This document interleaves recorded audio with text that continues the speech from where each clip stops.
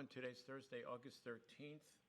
The time is 9:05 a.m. This is our weekly meeting with our Community Development Organization. I'm officially calling this meeting to order. Attending Commissioners Duncan, Brooks, and Filios. Zach, would you lead us, please, in the pledge? I pledge allegiance to the flag of the United States of America and to the republic for which it stands, one nation, under God, indivisible, with liberty and justice for all. Okay. Okay, then, do we have any potential conflicts of interest? Hearing none, moving forward, changes to the agenda. We'll pull under section 7A, signings. We'll put that off till next week. Okay, and that would be case number ZON 19-0007. Yes. Okay, thank you.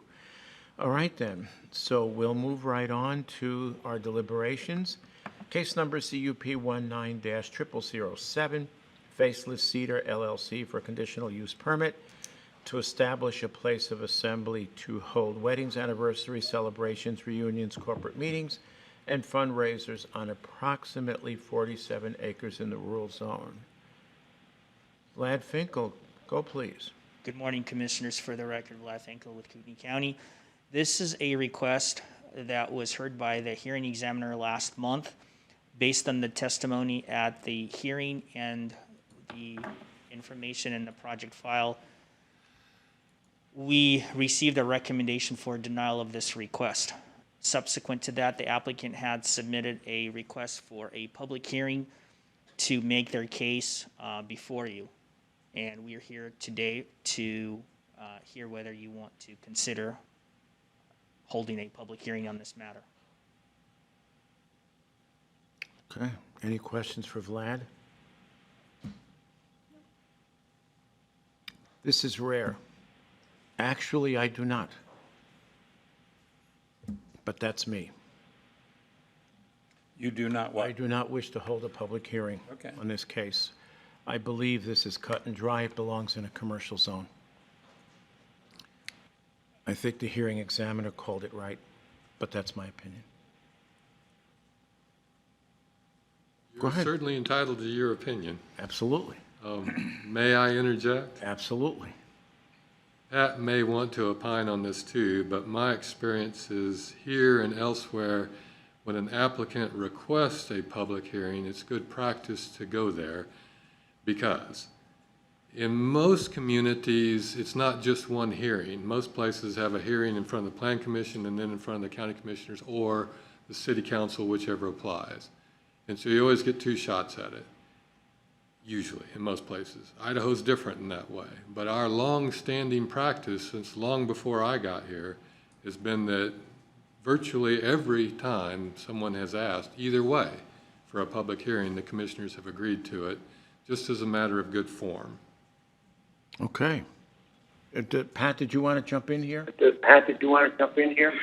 Yeah, I would recommend that because the recommendation was for denial and the applicant is the one requesting the public hearing, I think for due process reasons, I think it would be appropriate to grant the request for public hearing and give them an opportunity to change your mind. Give who the opportunity? The applicant. Oh. Okay. So, or confirm what you're inclined to do, depending on each commissioner's opinion. Right. In other words, they'd have the opportunity to address you and try to explain why the application should be approved, and of course, then there'll be the opportunity for the public to opine as well and either agree with the applicant or try to explain why why the hearing examiner was right and it should be denied. Fair enough. So, And I get it, and you're right historically. And since I first took office, I've never opposed one. But there's always a first time. Anyway, is there a motion? Anyway, is there a motion? I move that we approve the request for public hearing for CUP 19-0007 Faceless Cedar LLC. I'll second the motion. Nay. Nay. Aye. Nay. Request for a public hearing for CUP 19-0007 is hereby denied. 0007 is hereby. Okay. Moving on Okay. Okay, Moving on. to our sign. I'm sorry, go ahead. Where do Our we sign- stand? I'm sorry, Pat, you, go ahead. since the request for, Sorry. So now since we the have to request for deliberate. public hearing was, Well, we've been in deliberation. I was- So we've been in It's deliberation. marked as deliberation. yeah, Marked as deliberation. okay, well, you can deliberate now, or you can reschedule it for deliberations at a later time. So the matter before us still, are we approving this CUP or are we denying the CUP? That's what the deliberations is here for this morning. So we've denied the public, We've denied the public hearing. Hearing request. Right, Right. go ahead. What else is, Go ahead. Decide whether you're What going else to is deny there? or approve this case. okay. Okay. Nevertheless, we're, Things. Nevertheless, okay, all right. okay, all right. Thoughts, since we're in deliberations? Since we're in We're now deliberating as to whether We're or now not, deliberating as to whether. Or just Sorry, turn the volume Pat. way down. Well, I mean, you certainly have the right to, I just give advice. I don't, direct you to do anything. It's certainly your prerogative. well, I meant, sorry, now- that we now need- it's- that we need you to mute yourself Oh. because we can't hear hearing our own voices. Okay. But do chime in when you need to, please. Okay, we'll do. Commissioners, are you, would you like a brief synopsis of the request and what has transpired? yeah, why don't you, please? I don't have the PowerPoint presentation. We Okay. can't make it available, but I can speak based on my Go right ahead. knowledge of the project request. The applicant purchased this parcel of land some time ago. It's located south of the intersection of Burma Road and Carlin Bay Road. These two roads are public maintained by East Side Highway District. The applicant has been in contact with community development staff over the course of a year. They made a submittal last summer for a conditional use permit to establish a place of assembly to hold the events as you had described in the brief staff agenda. They were looking to establish a facility that would hold as many as 300 individuals on the property. Their intent was to have as many as up to 59 events as directed by DEQ based on their state law requirements and threshold for certain provision of water supply and sanitary facilities.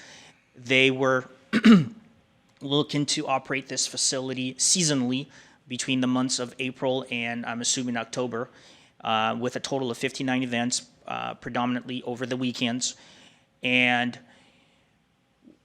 while we as a department can only advise them on what the code requirements are in the rural zone, which is where the site is located, the conditional use permit is solely based on the conditions that the applicant may or may not be able to mitigate.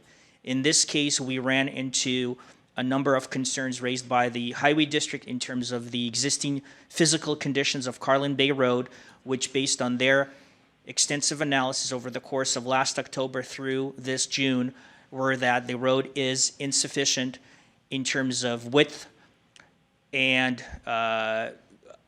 road surface.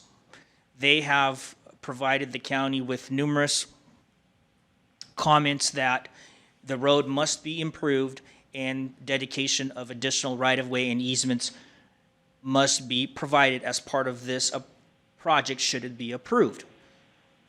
We took this upon ourselves to review it based on the rational nexus that may or may not allow us to enforce the requirements that the highway district was proposing.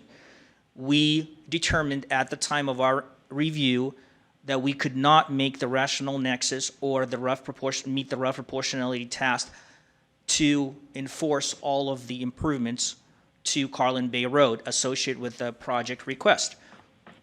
And our main concern was that that a conditional use permit is more or less a periodic intermittent use. It's not a set in stone project that changes the ground in perpetuity, as you would see with a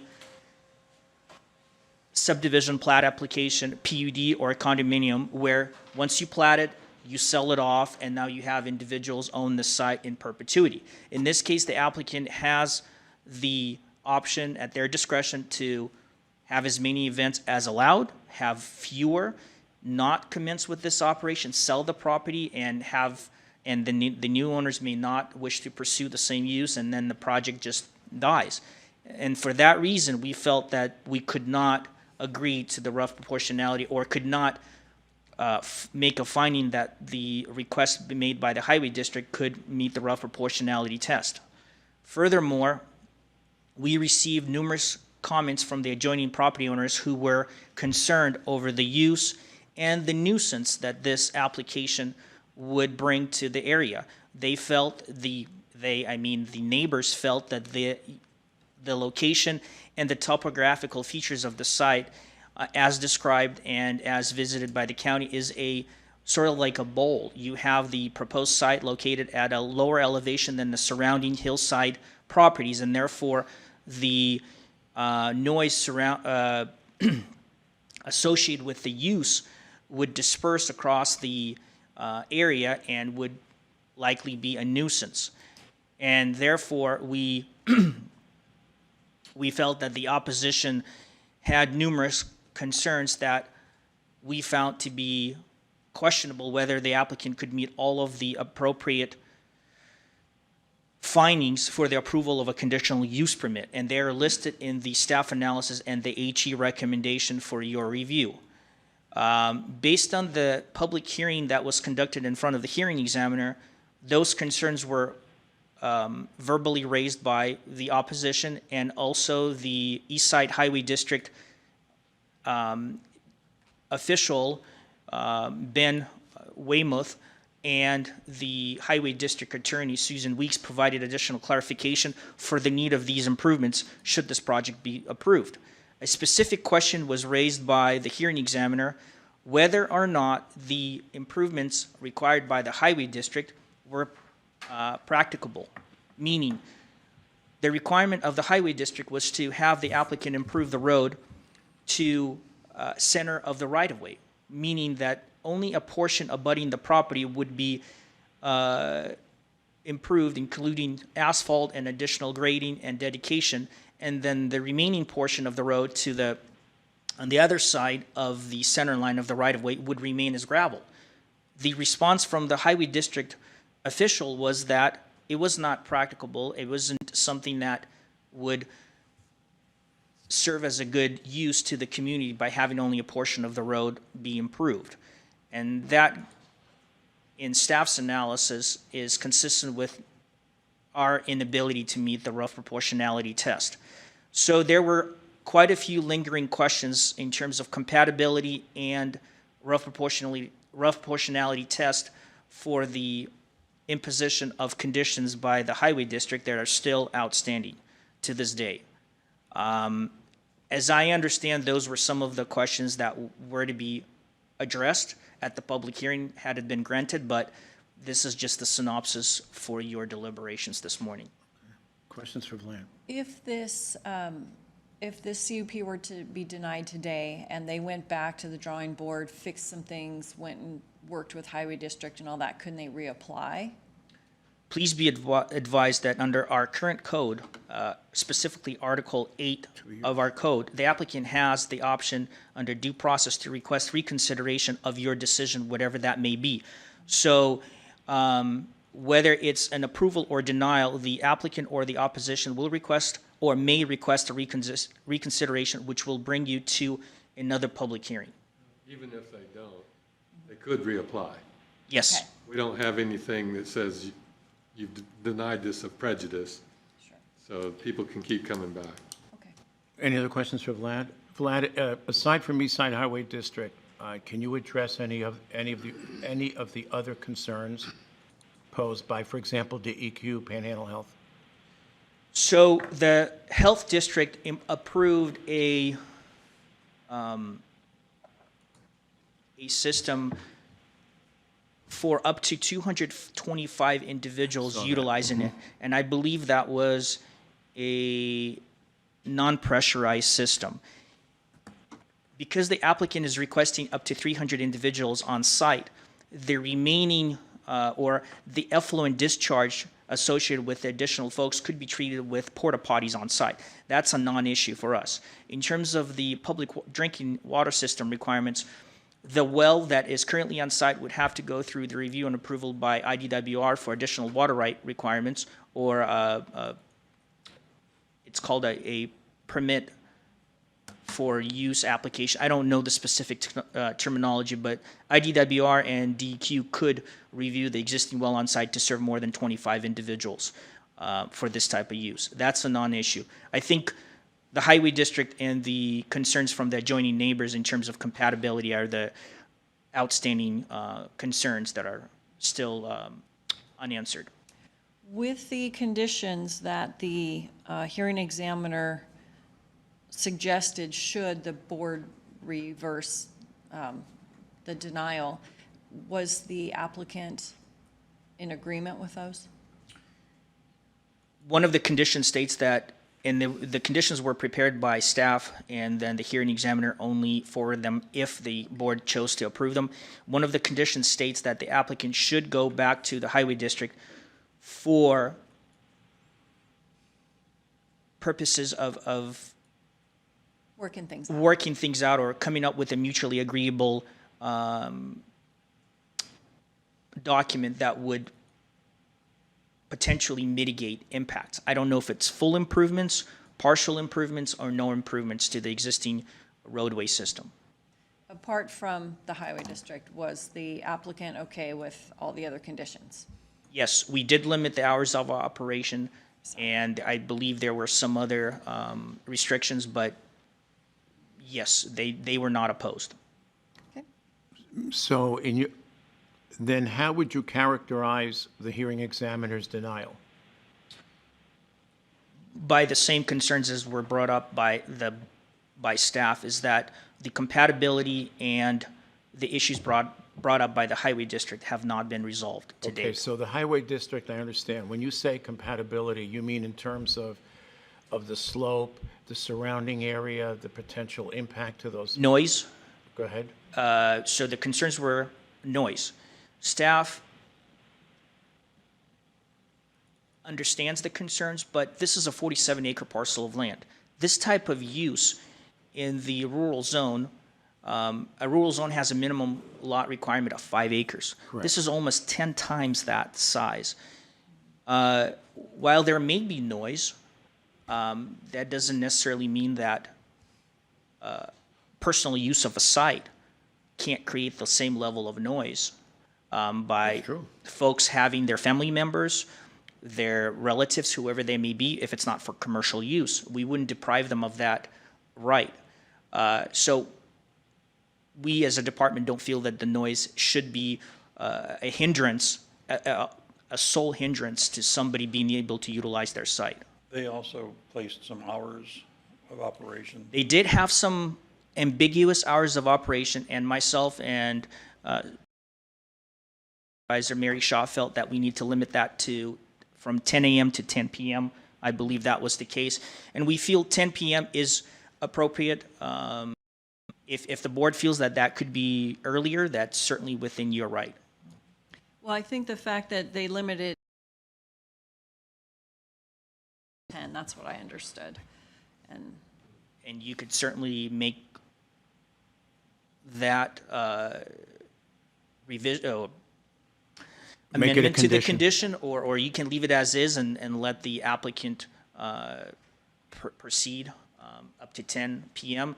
Keep in mind that if there are any concerns or complaints, our department would have to investigate to determine whether there is any violation of our zoning code or the conditions of approval that would be imposed.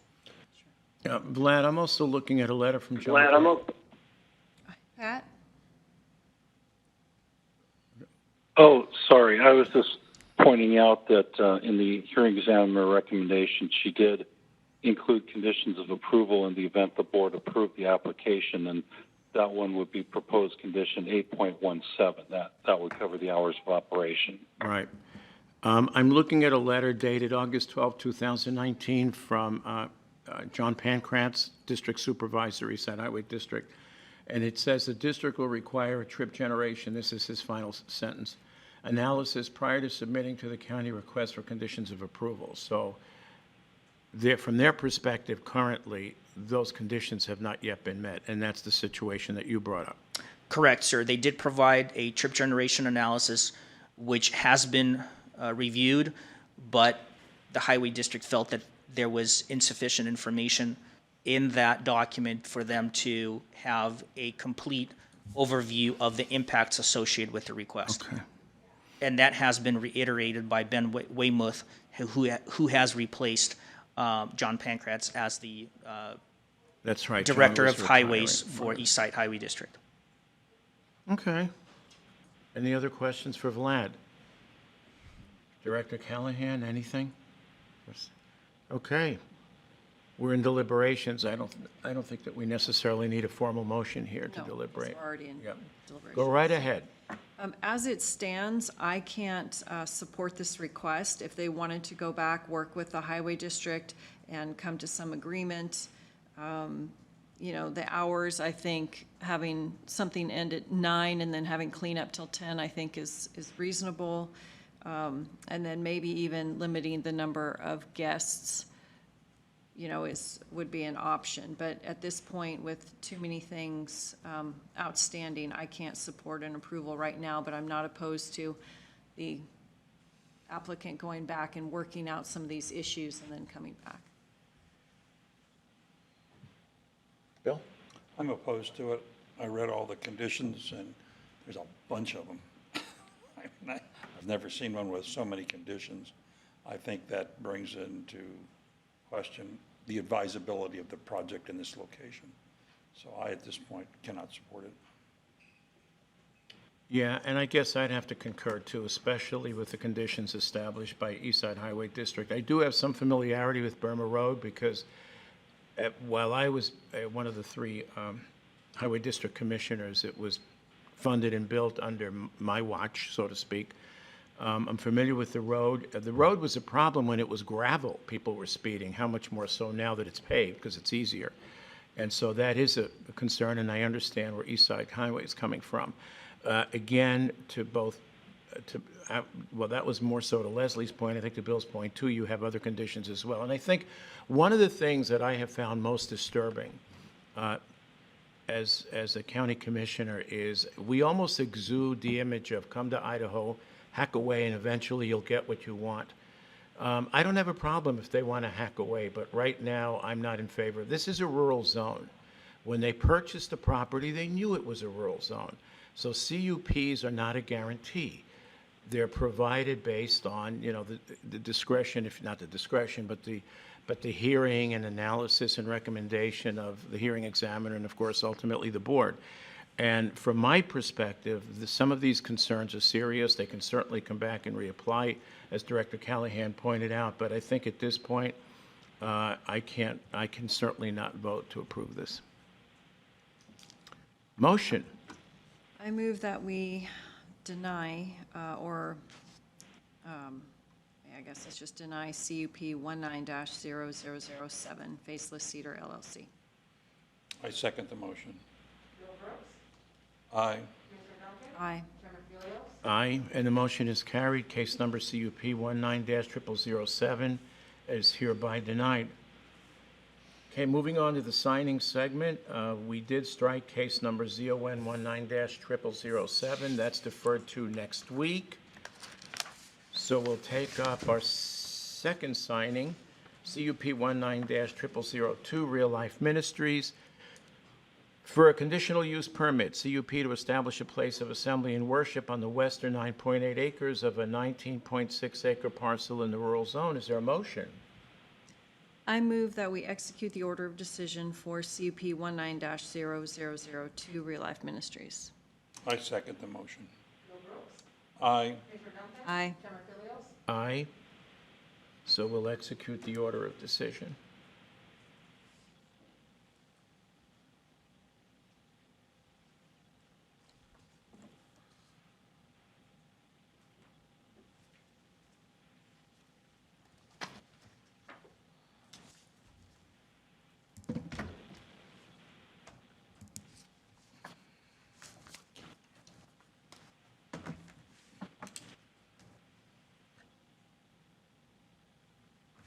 Okay. So moving on to our last signing, case number CUP 20-0003, The Farm. It's a request by Tara L. Walker Revocable Trust for a conditional use permit to establish